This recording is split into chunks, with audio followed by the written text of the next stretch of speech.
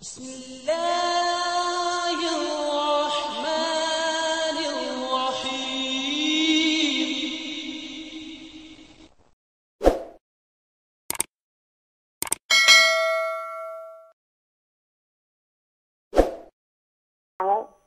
ایک نمبر جو 1991 میں جب جمعہ کا نماز لے کے شور مچایا تھا انڈیا میں، مسلم اسلام نے جمعہ کا نماز سے چھٹی کے دن منانے کے لیے بتایا تھا، اس کا پس منظر، اور 1954 کا وہ جو منیر کمیشن ہے، یہ منیر کون تھا اور یہ کہ مسلمان تھا اور یہ اتنا اہم کیوں رکھتا تاریخ احمدیت میں، یہ کمیشن کے بارے میں تھوڑا تفصیل بتائیے ہم کو۔ مشہود صاحب۔ جسٹس منیر اس وقت برصغیر پاک و ہند میں ہائی کورٹ کے جج تھے، اور جب پاکستان بنا تو اس وقت یہ پاکستان میں شامل ہو گئے، اور اس وقت بھی ہائی کورٹ کے جج تھے۔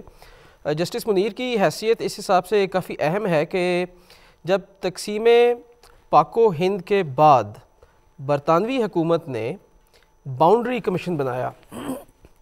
باؤنڈری کمیشن یعنی کہ فیصلہ یہ طے پایا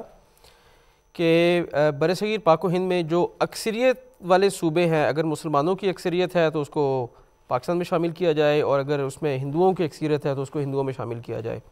اسی طرح سے 3 صوبے ایسے تھے، بنگال، آسام اور پنجاب، ان کے اوپر حتمی رائے قائم کرنا مشکل تھی اس وقت کے حالات کے مطابق، اور آبادی کی اکثریت اور کس طریقے سے ان کا بٹوارہ کیا جائے گا آپس میں، ان کویشچنز کو سالو کرنے کے لیے ایک کمیشن بنایا گیا تھا، اور اس کمیشن کے اندر مختلف ججز اپوائنٹ کیے گئے تھے۔ 2 ججز ہندوؤں کی طرف سے تھے، 2 مسلمانوں کی طرف سے تھے، اور اسی طرح سے جو اس کے چیئرمین تھے وہ ایک انگلش تھے، سر سرل ریڈ کلف۔ تو اس دور میں بھی جسٹس منیر صاحب نے بطور جج باؤنڈری کمیشن میں اپنی خدمات پیش کیں۔ اس کے بعد جب پاکستان قیام میں آیا، جب ہائی کورٹ میں آپ جج تھے، تو 1953 میں جماعت احمدیہ کے خلاف جو فسادات کیے گئے، اس کے بعد اس کے نتیجے میں مارشل لاء کا نفاذ ہوا، وہاں پہ کافی قتل و غارت ہوئی، نقصان ہوا۔ گورنمنٹ نے اس معاملے کی تحقیق کے لیے ایک کمیشن قائم کیا۔ اس کمیشن کی سربراہی میں جسٹس منیر کو ڈالا گیا، اور جو اصحاب بھی منیر انکوائری رپورٹ پڑھ سکتے ہیں، اور میں انکریج کروں گا پڑھنے کے لیے، انٹرنیٹ کے اوپر موجود ہے، ایک سمپل گوگل سرچ سے آپ وہ دیکھ سکتے ہیں، مکمل کتابی صورت کے اندر یہ موجود ہے۔ اس سے آپ کو کم سے کم 2 باتیں فوری طور پہ نظر آئیں گی۔ پہلی بات، بحیثیت جج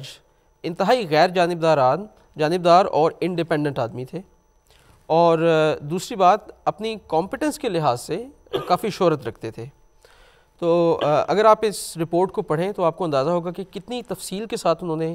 چھوٹی سے چھوٹی، بڑی سے بڑی اہم بات کا ذکر کیا، بے باکی کے ساتھ ذکر کیا، جس فریق کے اوپر جو غلطی تھی کھل کے انہوں نے اس کا اظہار کیا، اور رپورٹ آپ اگر پڑھیں تو صاف نظر آتا ہے کہ اس میں جماعت اسلامی کے اوپر اس کی ذمہ داری عائد کی گئی تھی۔ تو یہ آپ کے سوال کا جواب ہے جسٹس منیر کے بارے میں۔